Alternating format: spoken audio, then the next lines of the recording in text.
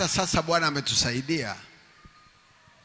Kipindi kile Samueli akiwa ndiye mwamuzi wa taifa la Israeli,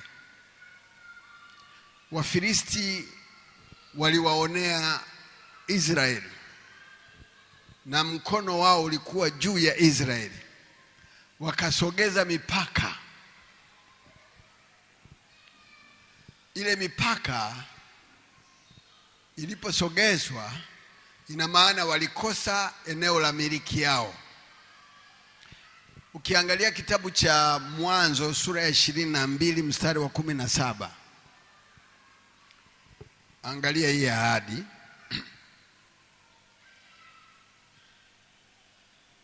Tuanze mstari wa 15. Yes. Malaika wa Bwana akamuita Abrahamu mara ya pili kutoka mbinguni akisema, nimeapa kwa nafsi yangu, asema Bwana, kwa kuwa umetenda neno hili, wala hukunizuilia mwanao wa pekee, katika kubariki nitakubariki, na katika kuzidisha nitakuzidisha. Uzao wako utamiliki kama nyota za mbinguni na kama mchanga. Ngoja nirudie. Katika kubariki nitakubariki, na katika kuzidisha nitakuzidisha. Uzao wako kama nyota za mbinguni na kama mchanga ulioko pwani, na uzao wako utamiliki malango ya adui zako. Uzao wako utamiliki malango ya adui. Twende kitabu cha Samueli wa kwanza mlango wa 7.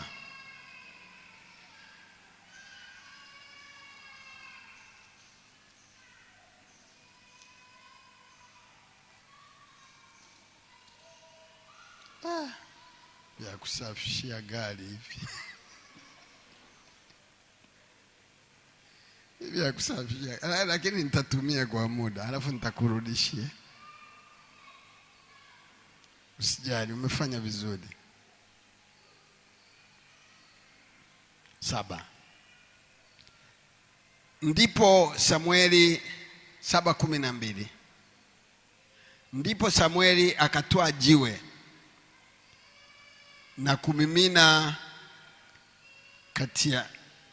na kulisimamisha kati ya Mispa na Shen. Akaliita jina lake Ebenezeri, akasema, hata sasa Bwana ametusaidia. Hivyo Wafilisti walishindwa wasiingie tena ndani ya mipaka ya Israeli, na mkono wa Bwana ulikuwa juu ya Wafilisti siku zote za Samueli.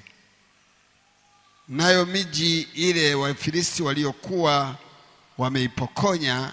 wamewapokonya Waisraeli ilirudishwa tena kwa Israeli, tokea Ekroni mpaka Gathi, na Waisraeli wakauokoa mpaka wake mikononi mwa Wafilisti. Tena kulikuwa na amani kati ya Israeli na Waamori. Bwana Yesu asifiwe. Mmeona maneno hayo? Baada ya Bwana kuwasaidia, mkono wa Mungu au mkono wa Bwana ulikuwa juu ya adui zao. Hawa Wafilisti mnaowasikia ni Wapalestina ambao waliimiliki ile nchi, waliitoa tena baada ya mkono wa Bwana kuwa juu ya adui zao. Na ukiendelea kule mbele huko mwanzoni, kuna kitu Samueli alikifanya. Alitwaa kondoo wachanga akawamimina kama sadaka madhabahuni, akaomba maombi ya kukomboa tena mipaka yao. Nataka mwezi huu Mungu akurudishie mipaka yako iliyotwaliwa na maadui zako, inayomilikiwa na maadui zako. Unavyoona Israeli wanazidi kuchukua mipaka yao, kwenda mpaka Lebanoni, kusogea mpaka Gaza, kwenda mpaka maeneo mengine, ndivyo na wewe utakavyozidi kuongeza himaya yako. Kwa hiyo mipaka yako iliyokuwa imerudishwa nyuma, utaenda mpaka kwenye mipaka yako, utaipokea mipaka yako. Hilo ni neno la kinabii. Utarudishiwa mipaka yako. Utaongezewa hozi yako. Mkono wa Bwana utakuwa juu ya adui zako. Yeyote yule aliyekuwa na kuombea mabaya, mwezi huu mabaya yale yatamrudia yeye. Tuna maadui wengi ambao sisi hatuwajui. Tuna maadui wengi ambao sisi hatuwaoni. Nasema sasa huyu baba akisimama anasema kuna maadui. Wapo. Hata siku moja taifa la Israeli halijawahi kuacha kupigana vita. Ukiona wewe unastarehe kwenye mipaka yako, usije ukajifariji ukasema mimi niko salama. Biblia inasema wasemapo amani amani, ndivyo uharibifu wajiliapo. Kipindi hiki Bwana atatusaidia, na hata sasa anatusaidia. Bwana atatupigania mpaka mipaka yetu iliyokuwa imesogezwa itarudishwa. Tutaipokea mipaka yetu. Ninasema kinabii. Kama unaelewa ninachokiongea, usikae humu unashangaa. Anza kukubali kwamba naenda kupokea mipaka yangu. Kama wakati wa Samueli mipaka ilirudishwa, na mimi katika kipindi hiki cha neema mipaka yangu irudishwe. Nirudishiwe mipaka.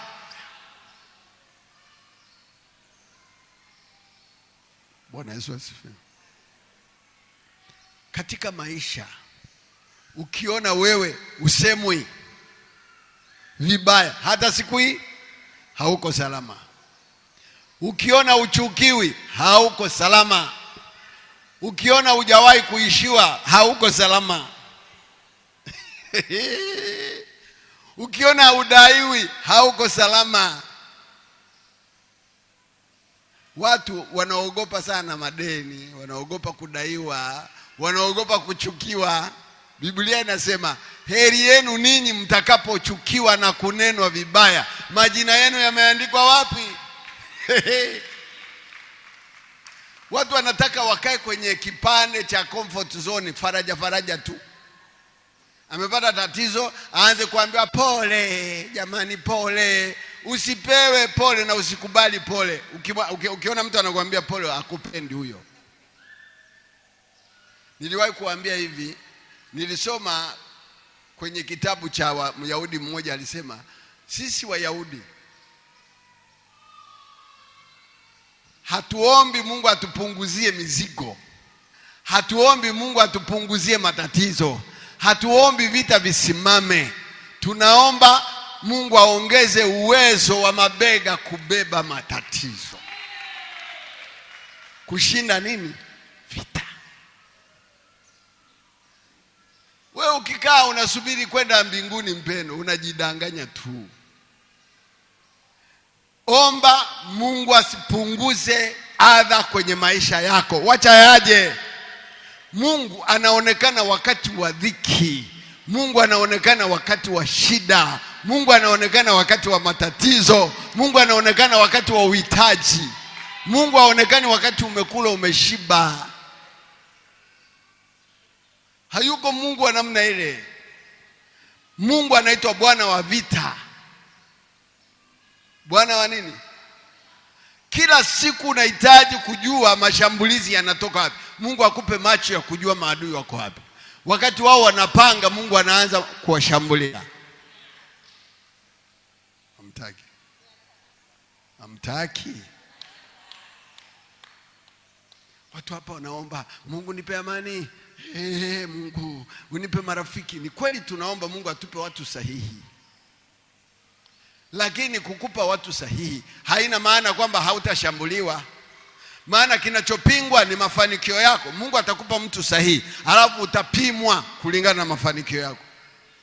Yale mafanikio yanapingwa, na watakao yapinga ni maadui zako ambao wampendi Mungu wako aliyesababisha ufanikiwe. Kwa hiyo huu ni wakati wa kumwambia, hata sasa unatusaidia, kwa sababu kuna mipaka ambayo itarejeshwa, kuna vitu vitakavyorejeshwa. Mungu atakufanya usonge mbele, uteke tena, uongeze tena. Wangapi waliwahi kusoma historia za watemi machifu? Hawakutawala wakiwa wamekaa, walikuwa wanaenda wanateka maeneo. Walitengeneza majeshi yaliyokuwa yanaenda yanateka. Ukiwashinda unachukua na ardhi yao, wanakuwa watumwa wako. Sijui mnanielewa hapo? Kama nyie mlienda shule, historia inasema hivyo. Kila mtemi na kila chifu, sio watemi wa Kisukuma wanaologaloga, wanaotawala mipaka, wanaongeza mipaka. Wao walitumia bunduki, sisi hatutumii bunduki. Tumesema hata sasa Bwana anatusaidia. Kuna vitu viko nje ya mipaka yako. Kuna himaya yako imechukuliwa na watu wengine. Kuna uchumi wako unatekwa na watu wengine, umechukuliwa na watu wengine. Ndio maana huna pesa. Unatakiwa sasa hivi uanze kujiuliza, kwa nini mimi sina fedha? Kwa nini mimi nimefilisika? Kwa nini hali ngumu imenipata?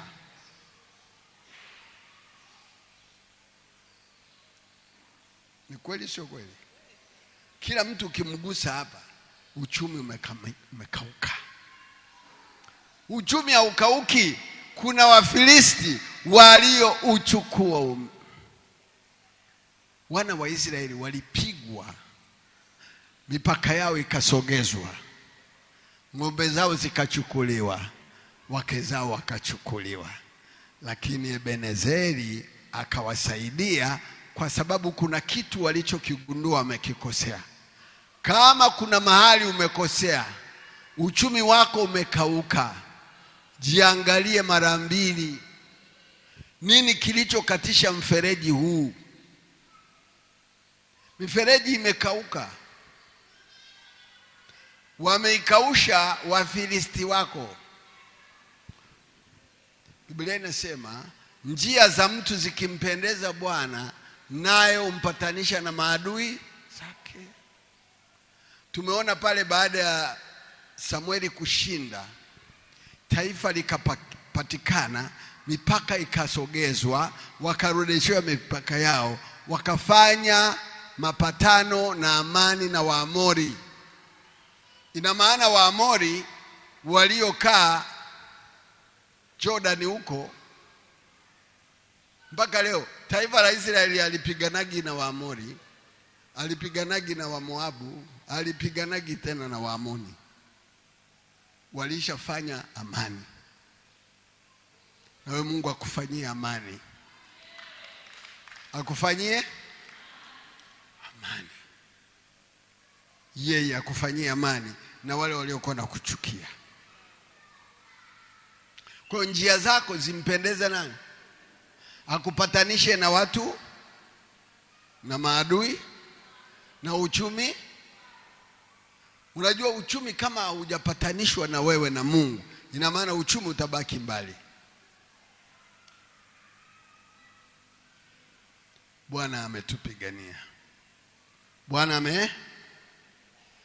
Ngoja nikwambie, hakuna anayeweza kupigana vita bila Mungu kuwapigania. Maisha ni vita.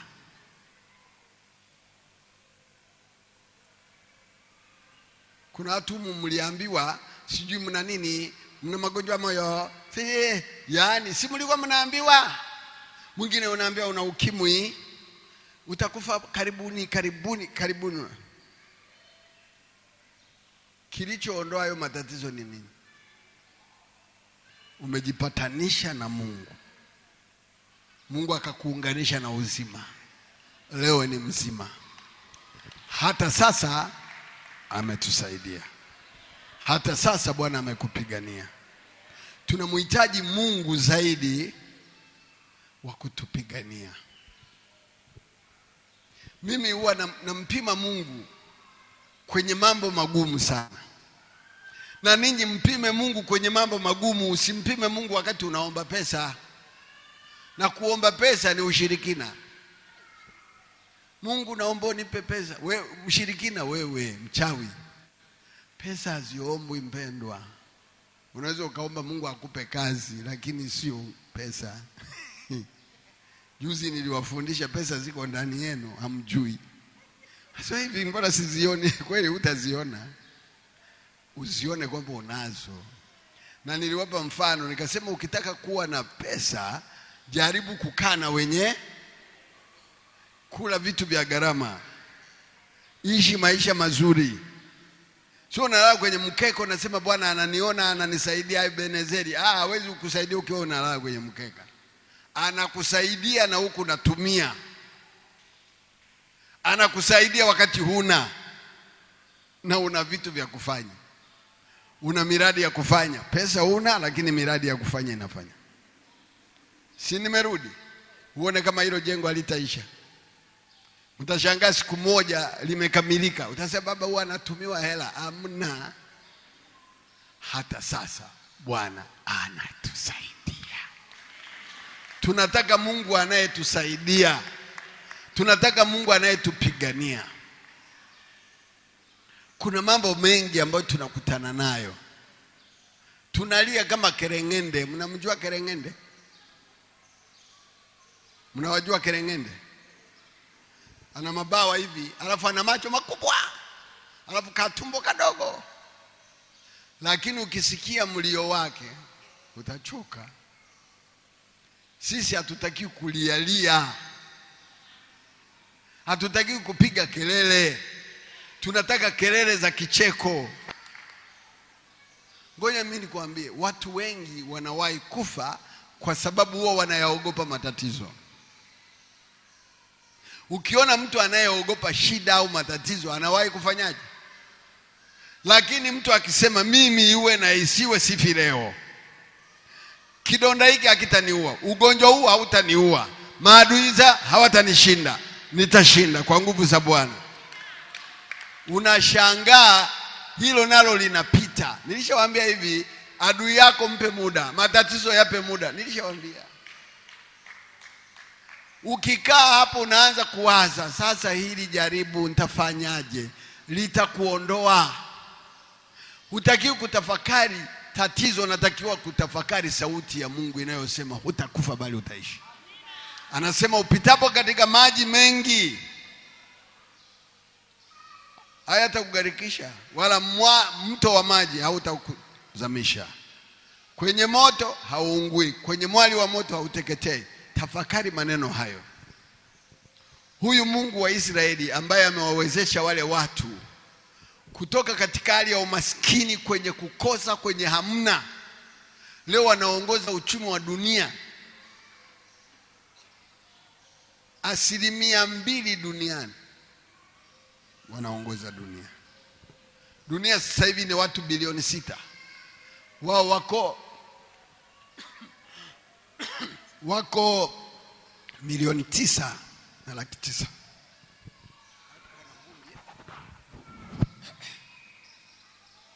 Naona kana vumbi. Yaani katika vitu vinaniumizaga vumbi tu. Kana vumbi. Yaani hivi nimekaa dakika moja vumbi limeingia kooni. Bwana Yesu asifiwe. Kwa hivyo hata sasa Mungu anakusaidia. Sio wewe.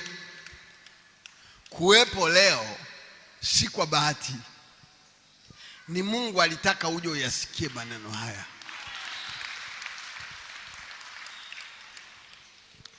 Wana wa Israeli umeona tulivyosoma pale.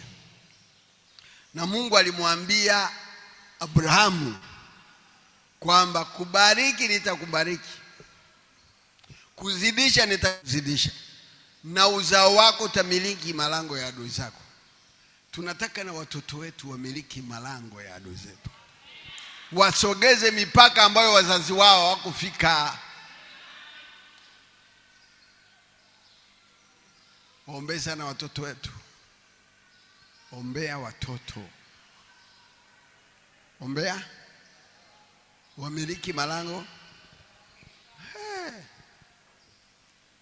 Huu mwezi huu hata sasa Bwana anatusaidia ili tuongeze vile ambavyo vilichukuliwa.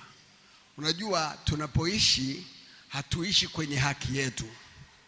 Ni lazima tuitafute haki yetu, ni lazima tuifuatilie haki, tujue na historia ya mipaka. Kuna watu wengine hajui vya kwake viko wapi, hajui. Hapa nikimuuliza hata mtu mmoja hapa, vitu vyako viko wapi? Sasa mimi sijui, mimi nafanya biashara tu, lakini siuzi, pesa nikiipata inaisha. Wafilisti wamechukua. Inabidi uwapige Wafilisti. Mkono wa Bwana uwe juu ya Wafilisti waliochukua uchumi wako. Sisi sio watu wa kukosa. Sisi sio watu wa hamna. Tufike mahali na sisi tuanze kumuona Mungu kwenye maisha yetu. Tutoke kwenye hali zetu hizi tulizonazo za kukubali tu. Kwetu kuna msemo mbaya unasema, zinavyokupiga ndivyo zinavyokulaza. Hamjaelewa bado. Ukozi kutera ni kozi zikualira. Yaani zinakutandikia na kitanda kabisa. Shida zinataka hivi, zikija ulale, zikufunike na blanketi ukorome. Shida hazitaki uamke uanze kupambana nazo, zinataka ulale. Ndio msemi wa kwetu kule, mimi na ukataa. Mimi sikubali kulazwa na matatizo. Usikubali kulazwa na shida au matatizo. Yapo. Kuna mtu mmoja alisimama hapa akasema, niliona Mungu hayupo, nikawa nauliza Mungu yuko wapi? Amusikiaje wanasema hapa? Natamani nishuke niwapige makofi. Lakini kwa sababu ni watoto hawajajua hata neno. Mtu yuko ana miaka 10 humu, lakini bado akipata tatizo anasema, hivi we Mungu uko wapi? Amusikiaje wanasema? Wanasema kabisa, anasimama hapa eti anashuhudia. Jaribu lilipofika, nikaanza kujiangalia, nimebaki peke yangu. Nikapiga simu kwa baba, hapokei. Nikapiga kwa mama Rusi, hapokei. Kwani mama Rusi ni Mungu, Mwenyezi Mungu? Kwani pumzi unayovuta mimi ndio nimekupa? Hiyo nguvu ya kushika simu na akili ya kukumbuka kwamba mimi Mwenyezi ni kuombee, umeipata wapi? Kwa nini usijue kwamba wewe ni wa Mungu? Kila kitu ni cha Mungu, na mimi ni wa Mungu na wewe wa Mungu pia. Hasa huyu Mungu anayeimarisha watu, anayetetea watu, anayepigania watu wa Israeli, na sisi tumeokolewa kwa njia ya neema katika Kristo Yesu, na sisi ni uzao wa Abrahamu. Sasa kwa nini kama wewe ni uzao wa Abrahamu usirithi yawe hayo aliyoyasema Mungu? Sisi ndio mchanga, wengine ni nyota za mbinguni. Mimi sio mchanga wa ufuo wa bahari, mimi ni nyota. Mimi ni nyota, mimi sio mchanga. Haleluya. Sema hata sasa ananisaidia, hata sasa ananipigania. Ninataka nikuambie kuna kitu Mungu atakupa. Kuna mtihani Mungu, wewe unashangilia. Kuna mtihani Mungu atakupa, sio kitu atakupa. Kuna mtihani Mungu atakupa. Tuone kama utajua kama Mungu anakusaidia. Mimi nilishavuka viwango hivyo. Mtu mmoja akaniambia, yani wewe imani yako imeisha kuwa kubwa sana. Nilimpima Mungu, nilimjaribu Mungu kwa imani kwenye vitu vigumu. Na wewe mjaribu Mungu kwa magumu. Sio maombi ikifika usiku saa 8, baba. Nampigia Mungu kelele, yeye ana shida na makelele yako. Baba, shuka kufanyaje? Kwa hiyo unashindwa wewe kusema asante Mungu. Hili limekuja linapita, nalipa muda wa madakika tu, litaisha hili.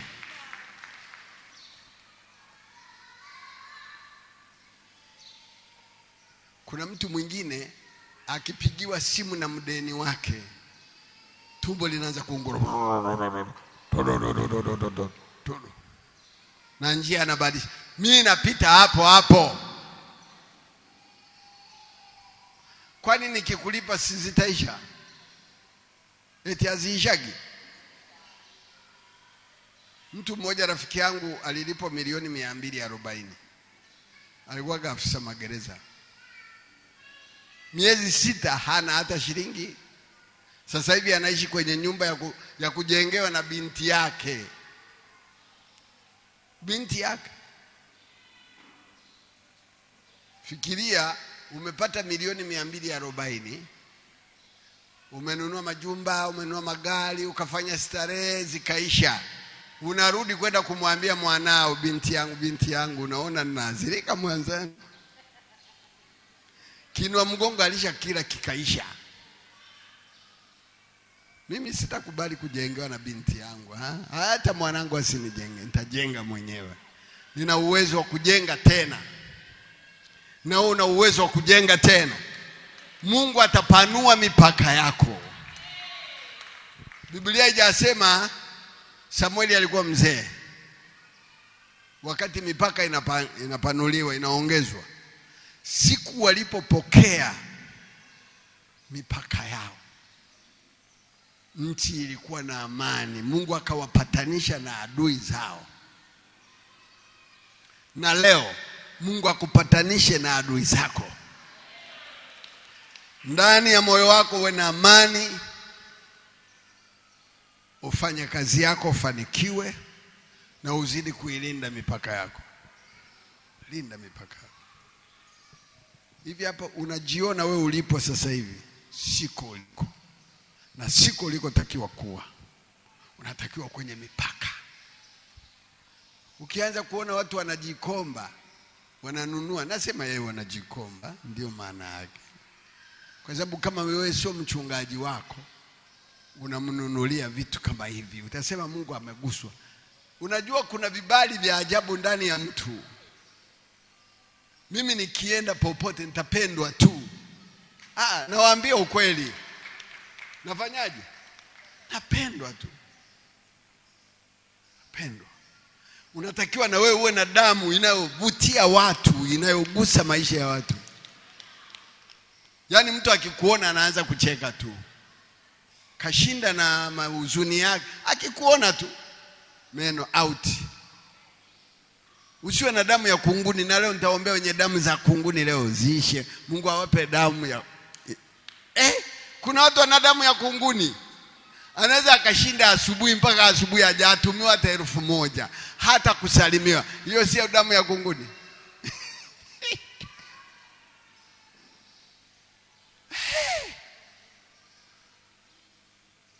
Unakaa na mume humu ndani anakununia tu.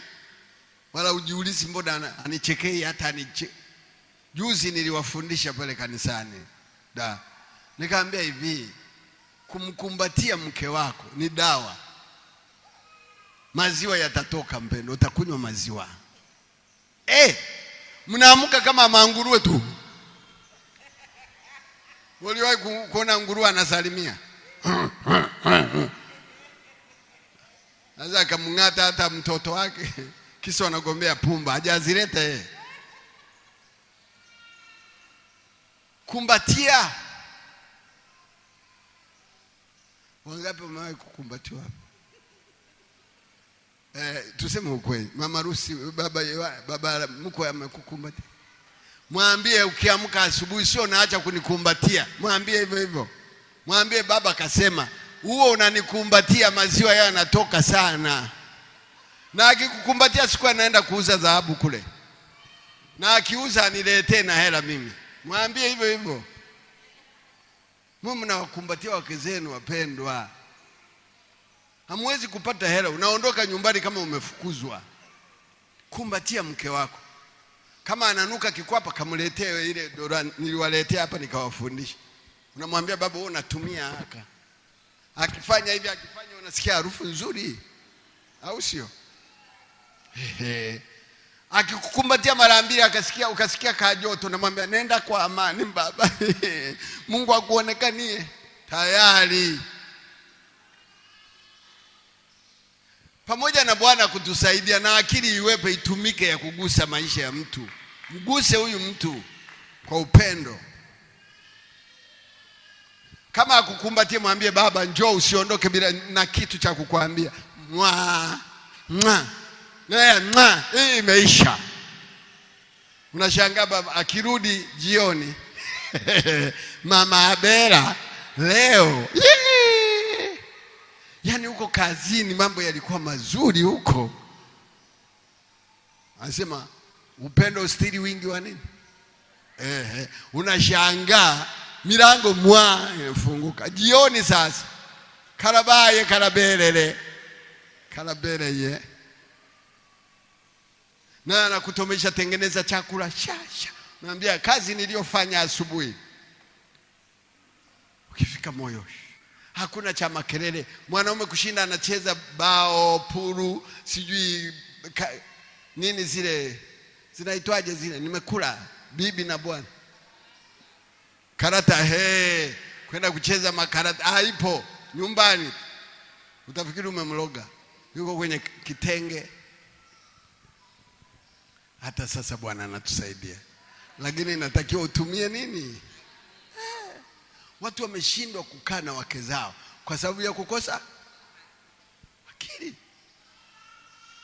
Wewe mwanamke unamuungurumia, unafikiri maziwa yatatoka? Hunywi maziwa. Wala uli matunda mti wa mtini. Biblia inasema utunze mtini wako ili ule matunda yake. Matunda yanakuja hivi hivi. Unatunza. Hata sasa Bwana anatusaidia. Muangalie yule sasa hivi alivyokuwa mzuri huyu. Wewe kamanda. Kabla hajapata mume, kalikuwa ni kweli sio kweli wewe? Si ni kweli? Si kalikuwa keusi kale. Kaangalie sasa hivi. Kana kilimo au mafuta umeweka mavitu. Jamaa noma sana. Wengine hata hawajui ninachoongea, wanashangaa. Mtakaaga kushangaa.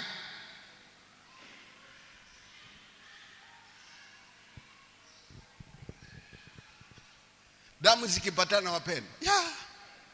Unaona mama ananenepa tu.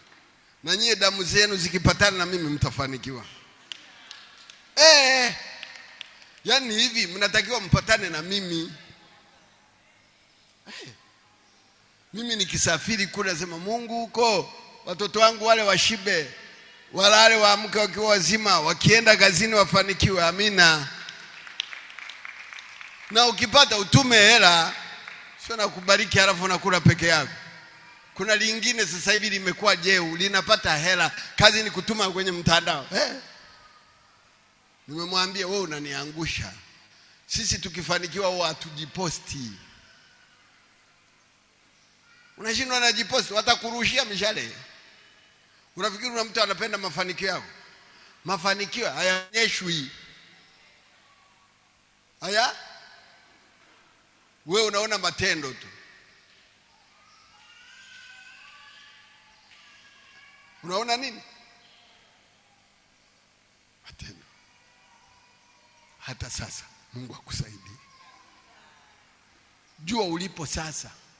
Kama unataka kwenda mbele kwenye mipaka yako, ukabidhiwe mipaka yako mipya.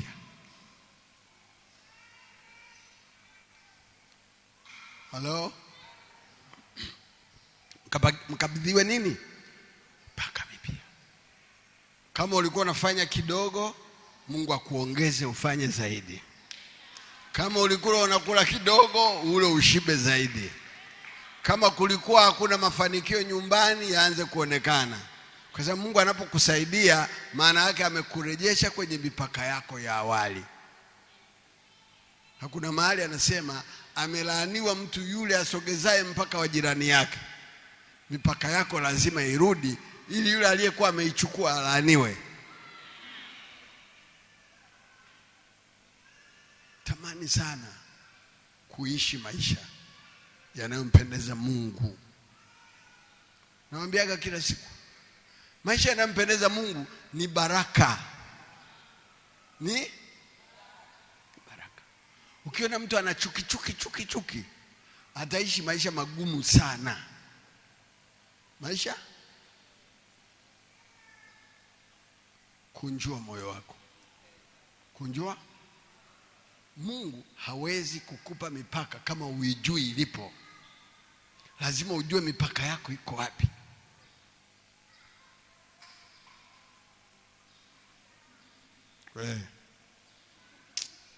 Choyo eti. Bwana Yesu asifiwe. Wewe unajua vitu vyako viko wapi? Unajua? Kila mtu hapa anatakiwa ajue cha kwake kilipo. Kama akipo, mwambie Mungu, nataka unionyeshe kilipo. Mipaka yangu. Sema mipaka yangu. Kama uijui mahali mipaka yako ilipo, mwambie Mungu akuoneshe mipaka. Kama kuna watu wameisogeza iko hapa, kumbe ilitakiwa iwe hapa, mwambie nataka mipaka. Nikipokea mipaka yangu, maisha yangu yatakuwa ya kukutukuza wewe. Ukishafanikiwa utamsahau Mungu. Ni kweli sio kweli? Hivi Mungu akubariki leo, akutoe kwenye hizo shida ulizonazo, akutoe kwenye magumu unayoyaishi leo. Unafikiri utaishi hivyo?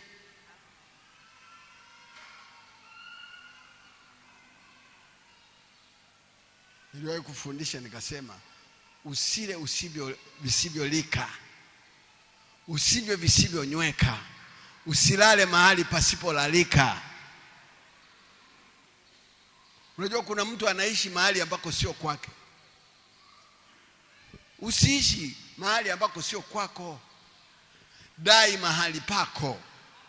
Dai nafasi yako. Wewe unakaa kwa jirani, unasema ni kwako. Unakaa kwa mjomba, unasema kwako. Unakaa kwa shemeji, unasema ni kwako. Sio kwako. Dai kwako. Dai mipaka yako. Kanisa, ngoja niwaambie, mimi hamjanielewa ninachokilenga. Ninyi mkijua cha kwenu kilipo, hamtakuja kuishiwa. Nakataa. Mimi nilipojua sijawahi kuishiwa. Naweza nikamwambia baba, ninakopa ili kufanya vile vitu viishe haraka. Lakini baada ya muda vile vyote huwa vinarudishwa. Na ndio maana Mungu amekupa uwezo wa akili, ujue cha kwako kilipo ili ukimalize kile, alafu Mungu afungue njia. Kwa sababu ulimjaribu Mungu.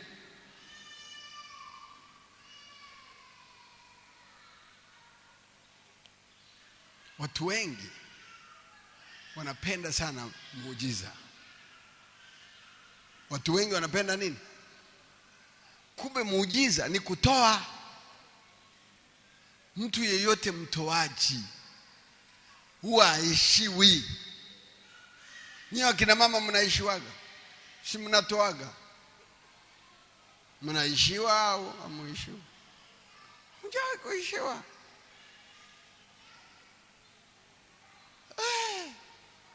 Wa baba mtoaji anaishiwa? Kama mimi hapa. Juzi nilikuwa na elimu, nimemfundisha mwanangu wa kiume kule kazini. Unajua hawa maaskari wanafundishwa kutoonesha pesa wake zao. Nikamwambia, wewe hata kama umefundishwa kutomuonyesha mke wako pesa, wewe pata pesa, chukua laki ngapi, avuka hapo, uone mama hajaachanua. Na kuambia kama nilipowafundisha pale, nikawapeleka mahali wakala kitimoto kilo 3. Nikasema ziishe hapa, ziishe. Juisi nikaenda mjini, wakanipa zawadi zote, nikaleta pale. Nikasema mama, ulishawahi kunywa shamba? Asema sijanywa. Nikamwambia hii hapa nimeleta juisi ya mjukuu, korosho hizo kula. Kijana asubuhi kanaambia, baba nimetoka kumpa 200,000. Umezitoa wapi? Sasa wameniwekea. Mama asubuhi nikamwona anaenda sokoni, kaleta mchele sio kilo ngapi, kaleta vitu mle ndani. Eti tumefundishwa tuwe tunawanyima hela ili watusitawale. Nikamwambia maziwa hayatatoka, mtoto wa pili upate hapa. Toa. Sasa hivi kelele hamna. Baba, ameninyima hela. Imeisha hiyo. Hata wewe hapo ukipeo mena kila saa unakenua tu. Ni kweli sio kweli? Mwambie Mungu akusaidie kwenye hilo jaribu. Heri kutoa kuliko kupoa. Ukiwa mtoaji mpendwa, hautaishiwa. Mimi Mungu amenisaidia kwenye mambo mengi, mitihani mingi. Nilimsikia mama Rusi anahubiri, baba ana majaribu mengi, ana mambo magumu. Nilimsikia usiku. Mimi redio haikatagi, hata kama nimeenda wapi naiweka online, nasikiliza mahubiri yote. Wewe hata siku kusikiliza mahubiri, mimi niliyasikiliza. Bwana Yesu asifiwe. Sema hata sasa anatusaidia. Kweli Mungu anatusaidia. Ni kweli sio kweli? Mungu anafanya mambo makubwa. Mambo makubwa. Mambo makubwa. Tunahitaji sisi tujue msaada wetu uko kwake. Anasema Mungu kwetu sisi, nafikiri Zaburi ya 46. Mungu kwetu sisi msaada na nguvu upatikanao tele wakati wa mateso. Mungu kwetu sisi ni nini? Ukiona yamekushinda, usinipigie simu. Mwambie Bwana, kama ulimsaidia Samueli, mkono wako ulikuwa juu ya maadui zao wa Filisti, mipaka yao ilikuwa mbali, imesogezwa. Sasa umewasogezea mipaka yao. Nataka uwe kimbilio langu, msaada wangu na nguvu wakati wa mateso haya. Mungu aonekane. Mungu afanyeje? Aonekane. Mungu hawezi kuonekana wakati umekula umeshiba. Narudia. Watu wengi wanadhani Mungu yupo kwenye faraja kabisa. Wakiwa nyumbani wanasherehekea hapo, wanakata mdundiko. Yaani Mungu ndiye anawekwaga pembeni kabisa. Yaani nimekula nimeshiba, nimemwona Mungu. Amuone Mungu kwenye jaribu lile zito alilompitisha. Hivi unajua kuvuka barabara toka asubuhi mpaka jioni ni muujiza mkubwa sana. Tunaishi kwa miujiza. Tunaishi, sio tuombe muujiza, tunaishi kwa muujiza. Kusafiri kutoka hapa kwenda Dar es Salaam, wapendwa, nyinyi hamjawahi kuendesha gari. Kuna wehu humo ndani, kuna majini yanaendesha magari, kuna mapepo yanaendesha marori. Yamo kabisa barabarani humu. Matajiri wanaweka majini, yanasafirisha mizigo, yanaenda yanarudi, yakikulenga tu. Kuna Mkristo hapa, sio anaitwa Elizabeth sijui. Anakaa Hongwa huko. Anasali zoni ya Shunu. Simjui. Juzi alinipigia simu akaniambia, baba kaka yangu alikuwa kwenye Noa, amegongwa na lori la sementi. Hakujua ni la sementi. Mimi jana wakati nakuja nimelikuta. Gari liko bondeni, sementi yote Wanyiramba wameshabeba yote. na polisi, kituo cha polisi kiko hapo kama kilomita 1 tu. Kaumia vibaya, kafariki, leo kaondoka. Wapendwa, lazima tuwe tunajikabidhi mikononi mwa Mungu. Mimi ninayesafiri humu barabarani, mshukuru Mungu huyu. Kama niliyoyakuta barabarani na bado ninaenda narudi. Mtu mmoja leo kaniuzi sana. Niwaambie ameniudhije? Niwaambie ameniudhije? Kaniambia, baba, umefika? Yani ninakushauri, uache kuwa unatembea na gari kwa sababu unateseka. Unapumzika. Nikasema mimi sijaumbwa kupumzika. Sikutaka kumwambia kupumzika ni kufa. Biblia inasema uishi kama hautakufa, ufanye kazi kama hautakufa. Mimi siko tayari kujidekeza eti nisubiri watu waje wanihurumie. Mimi sijihurumiagi, na ndio mazoezi mazuri hayo mazoezi. Baba, hiyo kina mama eti ananihurumia kwa sababu nimeenda, nimerudi, nimechoka sana. Nikamwambia, wewe, mimi sijalelewa kudekezwa hata siku hii.